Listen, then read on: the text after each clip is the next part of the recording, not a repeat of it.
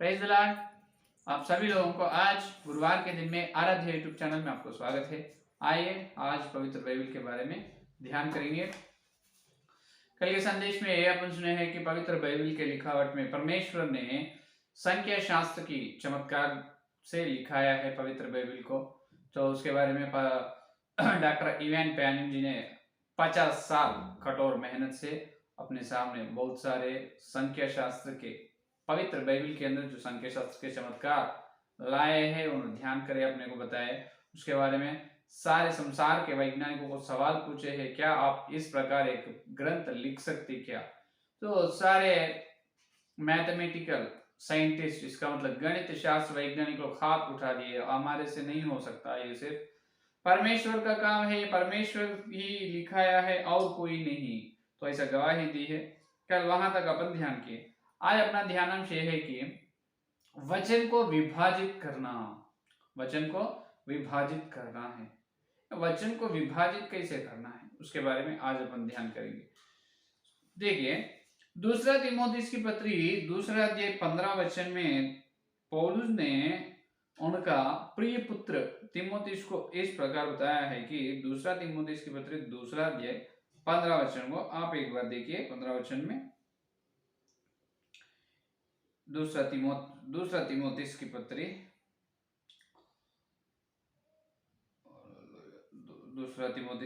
दूसरा अध्याय 15 वचन में देखो, अपने आप को परमेश्वर का ग्रहण योग्य और ऐसा काम करने वाला ठहराने का यत्न कर जो लज्जित होने ना पाए और जो सत्य के वचन को ठीक रीति से काम में लाता हो। हालेलुया। यहाँ पर देखिए, पौलुस ने तीमुथियुस से यह बात कह रहे हैं कि परमेश्वर के सामने लज्जित ना होने पाए और सत्य वचन को ठीक रीति से काम में लाए। इसका मतलब यह है कि सत्य वचन को ठीक रीति से बताना है और ठीक रीति से उसको सत्य वचन को ठीक रीति से विभाजित करना है, या ठीक रीति से संदेश या उपदेश देना है या बताना है, या ठीक रीति से विभाजित करना है। यह है असली विषय। तो इस वचन के बारे में हर सेवक को मालूम है और विश्वास लोगों को भी ये बात मालूम ही है। जो ईसाई समाज में कोई भी इस वचन से परिचय न रहने वाला कोई भी न रखेगा। हर एक व्यक्ति को इस वचन से परिचय रहेगा, हर व्यक्ति ये वचन को सुने ही रहेगा, है या नहीं? तो देखिए, परमेश्वर के सामने लज्जित होने वाला कुछ लोग हैं। परमेश्वर के सामने लज्जित होते हैं। क्यों लज्जित होते हैं? इसीलिए सत्य वचन को ठीक रीति से व्याख्या नहीं करने से, ठीक रीति से विभाजित नहीं करने से लज्जित होते हैं कल न्यायासन के सामने। तो इसलिए क्या करते, ठीक रीति से अपने मन, अपने विचारधारा, अपने चित्त जैसा बता रहे हैं वैसा विभाजित करना नहीं, ठीक रीति से काम में लाना है, बराबर सही प्रकार से बताना है सत्य वचन को। जब भी परमेश्वर जो कारण से परमेश्वर जो मकसद से उसको भेजते हैं संदेश, वो बराबर उसके अंदर आगे सुनने वालों के दिल में फल जाएगा, नहीं तो नहीं फलेगा। तो सुनिए, हर एक व्यक्ति के इस बारे में मालूम है। तो सत्य वचन को ठीक रीति से काम में लाने की चेतावनी दे रहे हैं पौलुस जी ने। यहाँ पर देखिए, तो यहाँ पर शास्त्र को या वचन को कैसे विभाजित करना है, वचन को कैसे विभाजित करना है, पहला विषय यह है। वचन को इस प्रकार विभाजित करना है कि पहले अपन मूल वचन लिए, जब वो मूल वचन कौन से श्रेणी की है पहले वो देखना। उदाहरण के लिए, अपने पृथ्वी में नाना प्रकार के मिट्टी है। पूरा पृथ्वी एक जगह पर एक प्रकार का मिट्टी है। पूरे पृथ्वी में एक प्रकार का मिट्टी कहाँ भी नहीं रहेगा। कई जगह पर लाल मिट्टी रहेगा, कई जगह पर काला मिट्टी रहेगा, कई जगह पर रेती का मिट्टी रहेगा। तो उस प्रकार अब किसान ये देखना है कि जो लाल मिट्टी है उसमें कौन सा फसल उगा सकता है, और काला मिट्टी है वहां पर कौन सा कौन सा फसल का बीज बोजना है और कौन सा फसल उगा सकते हैं वहां पर। तो वो देख के किसान क्या करते हैं, तो वह जो बीज को बोझते हैं। उसी प्रकार वचन में भी पवित्र बाइबल में एक एक वचन एक एक श्रेणी का है, अलग अलग श्रेणी का है। तो पहले मूल वचन कौन से श्रेणी के है वो पहले ध्यान करना है, बाद में उसको विभाजित करने के लिए तैयार होना है। अभी देखिए, अभी अपने पवित्र बाइबल में जीवन रचित पुस्तक है, जीवन रचित पुस्तक है और काव्य पुस्तक है। इसका मतलब पद्य या काव्य, भजन या काव्य पुस्तक है, जीवन रचित पुस्तक है, ऐतिहासिक पुस्तक है, ऐतिहासिक पुस्तक है यानी। उसी प्रकार पत्र है, क्या है, पत्र है। तो भविष्य और भविष्यवाणी बताने का और भविष्यवाणी पुस्तक है। ऐसे नाना प्रकार, एक एक प्रकार का पुस्तक पवित्र बाइबल में, पूरे एक प्रकार का नहीं। तो उपमान भाषा में कुछ पुस्तक है। अभी उपमान भाषा में पुस्तक है तो उपमान भाषा के द्वारा उपमान रीति से वहां पर अर्थ बताया गया है, समझाया गया।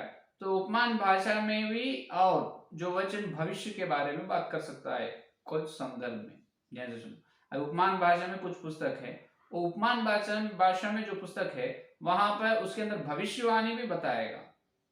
और जीवन रचित पुस्तक है, जीवन रचित पुस्तक के अंदर वचन जो है वो उपमान भाषा में भी बात करेगा, उपमान भाषा में भी बात करेगा।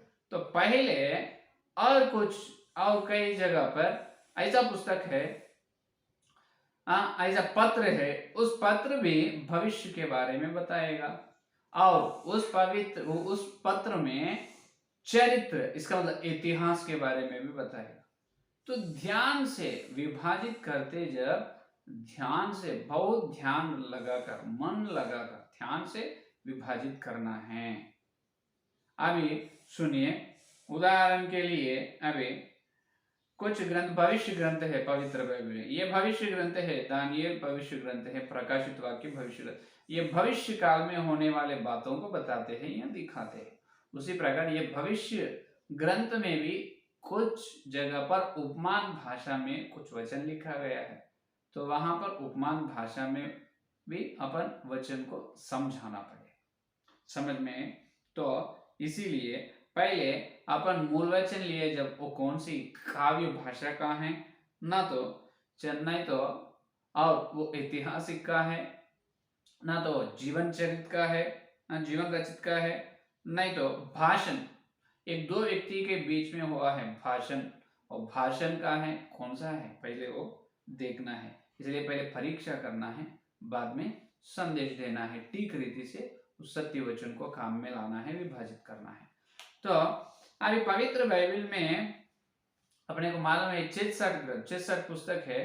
तो पवित्र बाइबल के अंदर 66 पुस्तक, पूरे पहले 5 पुस्तक जो है उत्पत्ति से व्यवस्था विवरण तक, इसको व्यवस्था कहा जाता है। क्या कहा जाता है? जो उत्पत्ति, निर्गमन, लय व्यवस्था, गिनती और व्यवस्था विवरण, इसको 5 पुस्तक को व्यवस्था कहा जाता है। और ये 5 पुस्तक जो है पूरे बाकी 61 पुस्तक का केंद्र है। अभी जो पहले 5 पुस्तक मूसा के द्वारा पवित्र आत्मा ने लिखा गया, वो पुस्तक बाकी कितना, अभी ये 5 और बाकी का 61 पुस्तक का केंद्र ये 5 पुस्तक है, इसको व्यवस्था कहा जाता है। और 6वां पुस्तक से लेकर 17 तक, 6वां पुस्तक से लेकर 17 तक इसको ऐतिहासिक पुस्तक कहा जाता है, चरित्र पुस्तक या ऐतिहासिक पुस्तक कहा जाता है। और 18 अय्यूब से लेकर 22 तक, अय्यूब से लेकर, अय्यूब ग्रंथ 18 पुस्तक, अय्यूब से लेकर कहां तक? श्रेष्ठ गीत तक, अय्यूब या भजन संहिता, नीति वचन, सभोपदेशक और श्रेष्ठ गीत, ये 5 पुस्तक को काव्य ग्रंथ या पद्य या काव्य ग्रंथ कहा जाता है। और उसी प्रकार एशिया का ग्रंथ 23 पुस्तक से लेकर 28 तक, 23 पुस्तक से लेकर 28 होशेया तक, कौन से? एशिया ग्रंथ से लेकर होशिया ग्रंथ तक ये बड़े भविष्यवक्ता का ग्रंथ कहा जाता है। बड़े भविष्यवक्ता लोग हैं, लोगों ने बड़े भविष्यवक्ता लोगों का पुस्तक कहा जाता है। और 29 योवेल वचन, योवेल पुस्तक 29 का ग्रंथ, योवेल पुस्तक से लेकर 39 मलाकी पुस्तक तक, योवेल पुस्तक से लेकर मलाकी पुस्तक तक इसको छोटे भविष्यवक्ता का पुस्तक कहा जाता है। और नए नियम में पहले 4 सुसमाचार है, मत्ती, सुसमाचार, मार्कुस और लूकास और यूहन्ना। ये 4 जो है ये यीशु मसीह का जीवन रचित है, यीशु मसीह का जीवन के बारे में बता रहे हैं, यीशु मसीह का जीवन रचित पुस्तक कहा जाता है। इसके बाद प्रेरितों के काम जो है, प्रेरितों के कार्य या प्रेरितों के काम, ये प्रथम धरती में पहला कलीसिया का आरंभ, पहले धरती में कलीसिया का आरंभ के बारे में और पहले कलीसिया का शुरुआत या कलीसिया के विशेष विषय के बारे में प्रेरितों के काम बताते हैं। ये कलीसिया का आरंभ के पुस्तक है प्रेरितों के काम। और रोमियो की पत्री से लेकर यहूदा पत्र तक, रोमियो की पत्री से लेकर यहूदा तक इसको पत्र कहा जाता है। उसी प्रकार जो उद्धार पाए विश्वास लोग कैसे चाल चलना है, विश्वास लोग चाल चलने का नियम बताते हैं। रोमियो की पत्र से यहूदा पत्र तक विश्वास लोग आत्मिक जीवन में कैसे चलना है उसके बारे में। आखिरी में जो प्रकाशित वाक्य जो है ये भविष्य काल के बारे में बताया, ये भविष्यवाणी है, भविष्यवाणी पुस्तक। पुराने नियम में छोटे भविष्यवक्ता है बड़े भविष्यवक्ता दानियल पुस्तक जो है वो भी भविष्यवाणी के बारे में बताता है, उसको भविष्य काल के भविष्यवाणी का पुस्तक कहा जाता है और बड़े भविष्यवक्ता का पुस्तक भी कहा जाता है दानियल ग्रंथ को। यूहन्ना के द्वारा लिखाया गया प्रकाशित वाक्य यह भविष्यवाणी पुस्तक है, भविष्य काल में होने वाला क्या है और यीशु मसीह का दिव्य आगमन में क्या होने वाला है और पूरे वचनों का समाप्त के बारे में, पूरे वचनों का समाप्त के बारे में और इस धरती पर सत्य का प्रकट को ये प्रकाशित वाक्य बताता है। तो इस प्रकार पूरा पहले क्या है, पहले व्यवस्था है, बाद में ऐतिहासिक ग्रंथ है, तीसरा काव्य ग्रंथ है, चौथा बड़े भविष्यवक्ता का, पांचवा छोटे भविष्यवक्ता का और छठवा कौन सा है, यीशु मसीह का जीवन रचित ग्रंथ है और सातवां कलीसिया का आरंभ के बारे में और रोमियो की पत्री से यहूदा पत्र तक। आठवां क्या है, उद्धार पाए विश्वास लोग कैसे चाल चलना है उसके बारे में बताता है। ये पत्र को क्या कहते हैं, ये जो उद्धार पाए लोगों का चाल चलन कैसे चाल चलना है उसके नियमों का पुस्तक है। और आखिरी में क्या है, प्रकाशित वाक्य, ये भविष्यवाणी पुस्तक है। तो इस प्रकार 9 प्रकार विभाजित किया गया है ये 66 पुस्तक।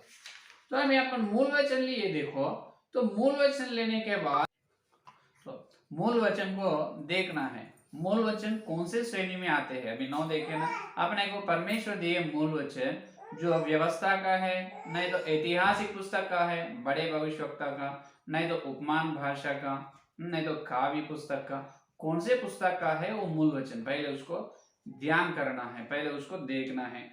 और नहीं तो 2 व्यक्ति के बीच में भाषण, अभी रोमियो से लेकर यहूदा तक वो पूरा भाषण है पत्र, तो वो मूल वचन कौन से श्रेणी की है वो देखना है, बाद में उसको विभाजित करना है। जो परमेश्वर दिए है, अभी उदाहरण के लिए निर्गमन में दिए है, तो निर्गमन में एक वचन दिए है तो उसको लेकर जैसा मन कहते हैं, जैसा मन चलाते हैं उस प्रकार चल के संदेश देना पूरा गलत है। ऐसा अपने मन के द्वारा, अपनी बुद्धि के द्वारा वचन को व्याख्या करने से परमेश्वर की योजना, जो परमेश्वर का चित्त कलीसिया पर जो रहते हैं वो भरपूर नहीं होता है, परमेश्वर का काम जो है वो काम नहीं हो सकता है। तो इसीलिए पहले परमेश्वर का स्वर ध्यान से सुनना है, परमेश्वर का स्वर सुनने के बाद परमेश्वर जो स्वर दिए है वो निर्गमन का है, तो निर्गमन का मतलब व्यवस्था का है, तो व्यवस्था है तो ठीक है, मालूम पड़ने के बाद क्या करना है, उस वचन को व्याख्या करने के तरीकों के द्वारा, अपन सुन रहे हैं बाइबल व्याख्या करने के तरीके, तो उस मूल वचन को निर्गमन में दिए है व्यवस्था का मूल वचन को पहले देखना, ऊपर और नीचे देखना है कौन से संदर्भ में बात कहा है परमेश्वर, उस बात को व्याख्या करने का तरीकों से अपन संदेश में देना है, संदेश में लाना है। ऐसा लाने से सत्य वचन ठीक रीति से काम में हो सकता है जब अपन लज्जित न होने पाए खैया में। तो ये है आज का संदेश। तो पहले ऐसा देखो, पवित्र बाइबल में 66 पुस्तक ऐसा 9 प्रकार विभाजित हुआ किया गया है। 9 प्रकार में जो परमेश्वर दिए वचन, मूल वचन पहले कौन से श्रेणी के है और महसूस करना है, महसूस करके बाद में उसको ठीक रीति से व्याख्या करने के तरीकों के द्वारा विभाजित करना है। यह है आज का संदेश। जब वो परमेश्वर का स्वर है, जब पवित्र आत्मा क्या बात करना चाह रहे हैं मंडली से, बराबर उस प्रकार बात करते हैं। नहीं तो अपनी बुद्धि, अपनी विचारधारा, अपने मन के द्वारा संदेश लेने से वो संदेश फलेगा नहीं, फलेगा नहीं। तो ये है वचन को विभाजित करने का तरीका। वचन को विभाजित ऐसा करना है, उसका श्रेणी देख के बाद में व्याख्या करने का तरीकों के द्वारा उसको विभाजित करना है। यह है आज का संदेश। संदेश फलने के लिए प्रार्थना करें। आइए, हालेलुया हालेलुया, स्तुति धन्यवाद धन्यवाद करते हैं यीशु मसीह। इस गुरुवार के दिन तुम भेजे तुम्हारे पवित्र आत्मा के द्वारा दिए तुम्हारे सत्य संदेश के लिए धन्यवाद करते हैं प्रभु। हे प्रभु, पौलुस के द्वारा तिमोथी से आप बात किए हैं, हमको भी, हमको आज तुम चेतावनी दे है। हे परमेश्वर, तुम्हारे सामने हम लज्जित ना होने पाए, इसका मतलब सत्य वचन को हम ठीक रीति से काम में लाने की अनुग्रह दीजिए प्रभु। जितने लोग ये संदेश सुने हैं, विश्वास लोग बेरे की कलीसिया का गुण उनको दे। जो सुन रहे हैं संदेश, वो सत्य उसके द्वारा ठीक रीति से काम में लाने का संदेश या नहीं, विश्वास लोग परीक्षा करने का संदेश दे रहे हैं पादरी या सेवक लोग पहले। हे प्रभु, सत्य को ठीक रीति से विभाजित करने के, व्याख्या के, पवित्र बाइबल के ठीक रीति से व्याख्या करने का तरीके उसको बताइए प्रभु। आपको धन्यवाद, इस चितौनी के द्वारा हमको बता रहे, बहुत धन्यवाद करते हैं, हम बहुत धन्यवाद करते हैं प्रभु। जितने लोग संदेश सुने और सुनिए, हर एक के अंदर संदेश फल फला, हर व्यक्ति सत्य में पवित्र होने की और चितौनी के द्वारा चलने का अनुग्रह, चितौनी के अनुसार चलकर पौना फटेगी उसमें रहने के अनुग्रह दे, और कल मिलते जो वचन कह रहे हैं मिलने का अनुग्रह दे। इस सारी प्रार्थना को यीशु मसीह के नाम से मांगते हैं पिता, आमीन आमीन। परमेश्वर का प्रेम, सिया का अनुग्रह, पवित्र आत्मा की सहभागिता इस दिन लेकर प्रभु ने सारे भक्तियों को विशेष रूप से हर दिन सत्य संदेश को सुन रहे हैं और चितौनी के द्वारा चलने की प्रतिज्ञा की है, उनको सर्वदा साथ रहेगा। आमीन आमीन आमीन। Praise the Lord. धन्यवाद, कल मिलेंगे।